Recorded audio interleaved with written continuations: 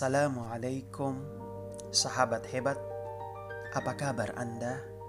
Bagaimana hati Anda? Bagaimana dengan pikiran Anda? Saya berdoa semoga Anda dalam keadaan sehat, luar biasa, dan selalu berpikir positif. Pernahkah Anda bertanya kepada diri Anda, kenapa seseorang membenciku? Kenapa saya tidak disukai oleh orang lain? Apa yang salah pada diri saya? Kawan, tidak semua orang dapat menerima kondisi kita dan keadaan kita. Memaksa orang lain untuk menyukai kita adalah sesuatu hal yang tidak mungkin. Kita melakukan hal apapun, orang lain ada yang tidak menyukai kita. Lebih baik kita diasingkan daripada hidup di tengah kepura-puraan. Banyak di antara kita yang tidak pernah maju hanya karena takut menjadi omongan orang lain. Takut tidak ada orang lain yang mengajak kita bergaul. Takut dengan kesendirian. Anda tak perlu khawatir, kawan. Mereka tidak punya alasan logis untuk membencimu.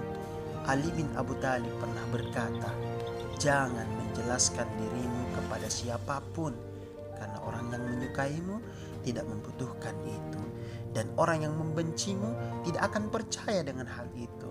Berfokuslah pada dirimu. Jangan membenci dirimu karena alasan apapun. Jangan pernah sekalipun menyesali kehidupanmu, karena Allah lebih tahu apa yang terbaik untukmu. Boleh jadi sesuatu yang kita sukai adalah yang paling dibenci Allah, dan boleh jadi sesuatu yang kita tidak sukai, namun itulah hal yang istimewa yang dipersiapkan Allah untuk kita. Sahabat hebat, tahukah kalian tokoh-tokoh besar yang pernah merubah dunia juga pernah mengalami hal yang sama dengan kita. Hampir semua di antara para tokoh pernah dibenci. Mereka dibenci saat berikhtiar untuk menjadikan dunia lebih baik. Mahatma Gandhi, Elon Musk, Einstein, bahkan Nabi Muhammad sekalipun pernah dibenci orang lain. Tetapi berkat kesabarannya dan keyakinannya, mereka mampu melakukan hal-hal besar. Yakinlah bahwa setiap yang kamu upayakan akan berbanding lurus dengan hasilnya. Untuk kamu yang saat ini merasakan rasa benci kepada seseorang, saya harap kamu abaikan rasa benci itu saat ini. Bukan soal salah apa orang itu padamu, tapi soal hatimu. Ketika engkau membenci seseorang karena kelakuannya ataupun tentang perbuatannya terhadapmu, ketika itu juga hatimu menjadi kotor, dan hatimu akan selalu diselimuti rasa dendam dan kebencian. Pribadimu buruk karena hatimu saat itu juga mengubah pikiranmu yang ingin selalu balas dendam. Dan sadar atau tidak, itu membuat hidupmu tidak tenang, tidak nyaman, dan dampak buruknya kamu akan selalu membicarakan dia yang kamu tidak sukai. Kamu akan selalu membicarakannya dan menggunjingnya atas perbuatannya padamu. Satu saran dari saya, jika saat ini kamu sedang mengalami atau pernah mengalami hal ini, saya harap kamu dapat menjadi orang yang tenang, jadi pribadi yang mudah memaafkan. Sebelum sifat ini mengakar di hatimu, cobalah kamu mulai memaafkan atas apa yang orang lain berbuat padamu. Jika kamu merasa hal ini sangat sulit, saya rasa pun setiap orang merasakan hal seperti itu. Termasuk saya dan kebanyakan orang di sana juga merasakan hal yang sama seperti kamu yang saat ini. Tapi saya mencoba dengan perlahan, dengan selalu berpikir positif. Yang sudah terjadi ya sudahlah, ikhlaskan semuanya. Tanpa kamu dan hatimu menggerutu, apalagi sampai menghujat. Buanglah semua rasa itu. Rasa kesalmu dan jengkelmu bersama dalam diam. Dan alangkah lebih baiknya jika kamu doakan dia dengan doa terbaik tanpa hujatan di dalamnya. Karena ketika doa itu baik dan kembali lagi kepadamu, kebaikan juga akan kamu dapatkan. Doakan saja agar dia yang menyakitimu dan dia yang akan merasakan hal yang sama yang kamu rasakan.